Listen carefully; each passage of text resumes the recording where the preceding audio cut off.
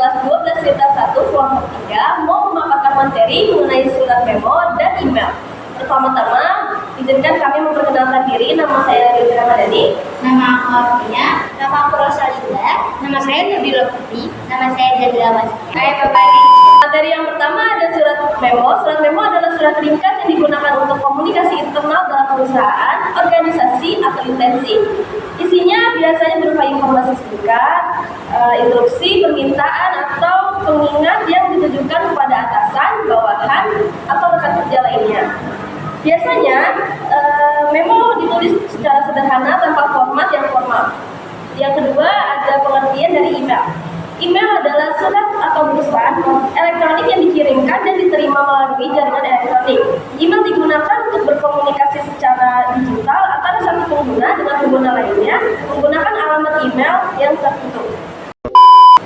Yang kedua ada fungsi dan tujuan dari surat bisnis.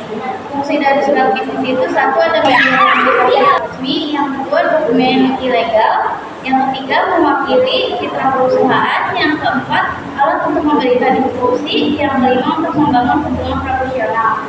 Terus contoh jenis surat bisnis itu ada surat penawaran, surat permohonan, surat penasaran, dan surat keluhan atau surat konfirmasi. Selanjutnya ada karakteristik memo dan email yang sukses. Yang pertama, karakteristik memo yang sukses. Memo biasanya digunakan untuk komunikasi internal atau dalam organisasi. Ciri memo yang baik, yang pertama, ringkas dan langsung ke inti. Yang kedua, tujuannya jelas. Yang ketiga, strukturnya rapi. Yang keempat, bahasanya formal namun tetap sederhana. Yang kelima, berfokus pada tindakan. Dan yang keenam, menggunakan nada yang profesional.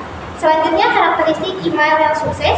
Email lebih fleksibel, bisa untuk internal ataupun eksternal. Email yang efektif biasanya memiliki yang pertama, subjek email yang spesifik dan jelas.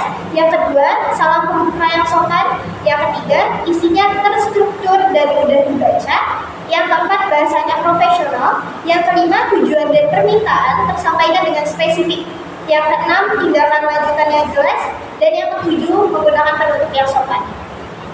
Materi yang keempat yaitu kelebihan dan kekurangan surat bisnis. Yang pertama itu kelebihannya resmi dan profesional, seperti dipakai untuk komunikasi formal. Yang kedua ada surat yang dibukti tertulis, yaitu isi surat bisa dijadikan arsip.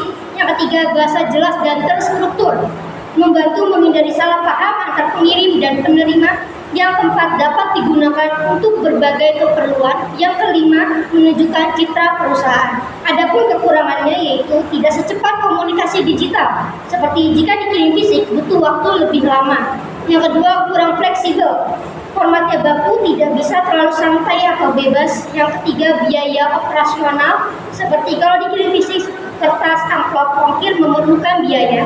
Yang keempat risiko hilang atau terlambat. Dan yang kelima adalah membutuhkan ketelitian tinggi agar tidak mengurangi kesannya profesional. Yang terakhir ada tata cara penulisan surat memo dan email. Pada penataan cara penulisan surat memo, yang pertama mencantumkan bagian-bagian memo seperti kepada, dari, tanggal, perihal atau hal atau isi memo, tanda tangan, dan nama pengirim. Yang kedua, menggunakan bahasa singkat dan jelas, tidak bertele-tele, langsung pada inti pesan, kalimat ringkas dan mudah dipahami. Yang ketiga, menggunakan bahasa baku dan formal. Yang keempat, menyampaikan informasi yang penting dan spesifik. Yang kelima, bersifat internal. Pada tata cara penulisan email, yang pertama yaitu menulis subjek atau judul yang jelas. Yang kedua, menulis salam pembuka. Yang ketiga, menyampaikan tujuan dengan jelas di paragraf pembuka. Yang keempat, menulis isi utama secara terstruktur seperti informasi yang ingin disampaikan, pertanyaan atau permintaan yang jelas, tidak terlalu panjang. Yang kelima, menulis kalimat penutup dengan sopan. Yang keenam, menyertakan salam penutup dan identitas pengirim. Yang ketujuh, menggunakan bahasa yang sopan dan baku.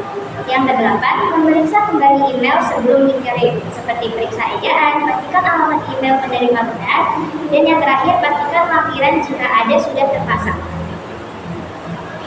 Sekian dari kelompok kami. Terima kasih. Wassalamualaikum warahmatullahi wabarakatuh. Kamu memaparkan materi mengenai surat memo. Kita dari kelas 11